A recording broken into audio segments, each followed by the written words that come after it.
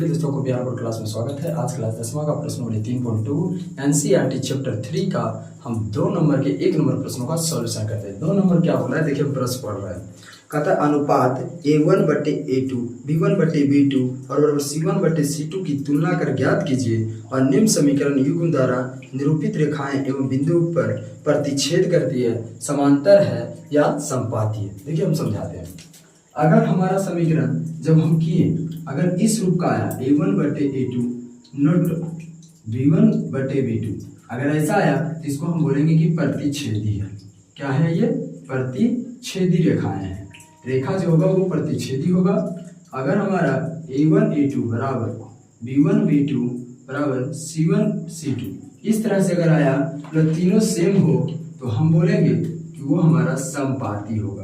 क्या होगा? ये समपाती जो हमारा होगा भाई, ये रेखा जो होगा समपाती रेखा होगा।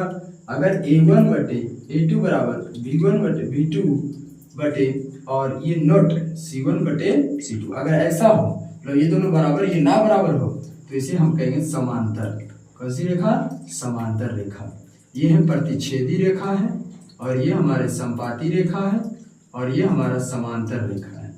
और एक चीज और जान लीजिए, जो प्रतिच्छेदी रेखा होता है उसे हम प्रतिच्छेदी रेखा को ही संगत कहते हैं। ठीक है, केवल एक हल या अनेक हल। संपाती को भी हम संगत ही कहेंगे, नहीं संपाती को भी क्या कहेंगे? संगत। जो टच करे वो संगत होता है और संगत को हम विरोधी। लेकिन समांतर रेखा को क्या कहेंगे? असंगत, क्योंकि एक बार ये टच नहीं करता, एक बार नहीं, क्योंकि इसकी रेखा जो होती है इस तरह से होता है और ये जो होता है ना इसी पर से चलता है। ये जो हम चित्र आपको दिखा रहे हैं ये संपाती का होता है और अगर समांतर की बात करें तो इस तरह से होता है समांतर। तो देखिए कभी टच नहीं कर रहा इसलिए संगत असंगत। तो यही है 2 नंबर प्रश्नों में। ठीक है, मतलब पूछ रहा है कि कौन सी रेखा प्रतिच्छेदी होगी, कौन सी समपाती होगी और कौन सी समांतर होगा। तो ठीक है, अगर ये जिसको समझ में आ गया होगा, नहीं तो इसके लिए हम जब ये अध्याय पढ़ाए थे तो एक सूत्र का अलग से फंक्शन किए थे, तो ये आप समझ गए। अब देखिए हम बनाने का काम करते हैं। ठीक है, तो इसे हम मिटा देते हैं। अब हम बनाने का काम करेंगे। कैसे बनेगा ये देखते हैं। इसे हम मिटाते हैं। देखिए इसे हम मिटा दिए हैं। चलिए आइए अब देखिए इसमें आइए, इसको कर दीजिए A1, इसको कर दीजिए B1, इसको कर दीजिए C1, इसको कर दिए A2 B2 और C2 कर दिए। तो चलिए यहाँ पर एक बारीकी से हम लिख लेंगे। क्या लिख लेंगे कि कितना कितना है। A1 कितना है? 5 है। B1 कितना है? तो 4 है। और C1 कितना है? तो 8 है। देखिए -4 है, माइनस सहित लेना है। A2 कितना है? तो 7 है। और B2 कितना है? तो 6 है। और C2 कितना है? तो -9 है। इतना करने के बाद उनको बट्टा में कर दीजिए। क्या कर दीजिए? बट्टा में। मतलब A1/A2 बराबर B1/B2 बराबर C1/C2। देखिए जो कट्टा उसे काटेंगे नहीं, लेकिन हमको लग रहा पहले ही बराबर नहीं है। क्या है? ये बराबर नहीं है, तो तीसरा का नहीं देखेंगे। जब पहले बराबर नहीं है तो तीसरा हो सकता है। मतलब यह रूप किसका है? तो A1/A2 जो है नोट B1/B2, मतलब ये दोनों बराबर नहीं है। और बराबर नहीं है तो क्या कहेंगे? ये जो होगा रेखा हमारा क्या होगा? अतः या प्रतिच्छेदी रेखा होगा। कैसी रेखा होगा? तो ये हमारा प्रतिच्छेदी रेखा या रेखाएं होगी। अतः हमारा यह जो होगी प्रतिच्छेदी रेखा होगा। उसी तरह से हम इसको देख लेते हैं। इसको भी हम क्या कर लेंगे? मान लेंगे ये A1 है तो ये B1 है तो ये C1 है। इसको A2 तो इसको B2, इसको C2। अब इसको क्या कीजिए? अलग से लिख दीजिए। देखिए ये रूप ही हम लिख रहे, नहीं तो आप डायरेक्ट बट्टा बट्टा भी कर सकते हैं। A1 कितना है? 9 है। B1 कितना है? तो हमारा 3 है। और C1 कितना है? तो 12 है। A2 कितना है? 18 है। अच्छा B2 कितना है? तो 6 है। और C2 कितना है? तो 24 है। अब इसका रूप क्या होता है? हम जानते हैं कि A1/A2 बराबर B1/B2 बराबर C1/C2। क्या ये रूप है? पहले ये देख लेते हैं ना इसका रूप। मतलब डायरेक्ट आप इसको नहीं लिख हटाइए, हम डायरेक्ट इसको बटा कर देते हैं। 9/18 देख लेते हैं। 3/6 बराबर 12/24। कटता है तो काटिए। देखिए 9 दूनी 18, 3 दूनी 6, 12 दूनी 24 काट दिए। अब ऊपर कितना? एक बार में कटा तो ये बचा 1/2 बराबर 1/2 बराबर 1/2।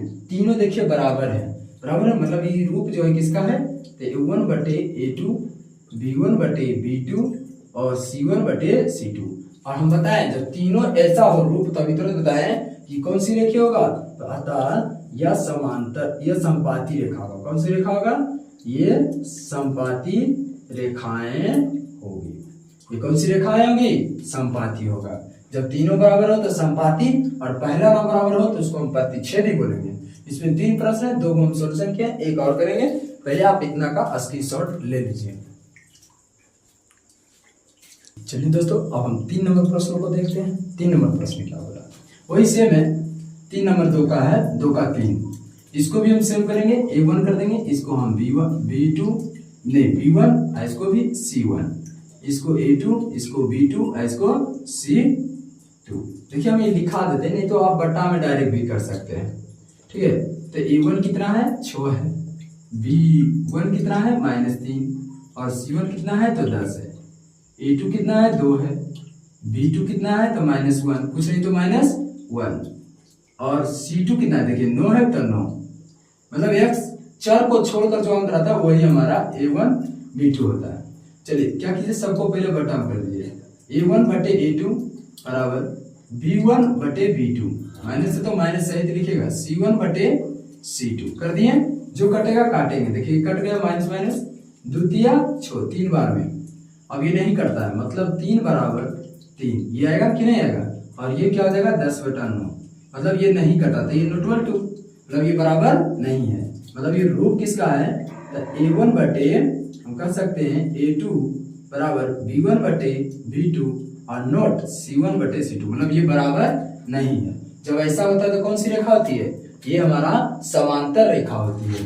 तो हम लिख देंगे कि अतः समांतर रेखा, ये कौन सी रेखा है? तो ये समांतर रेखाएं हैं।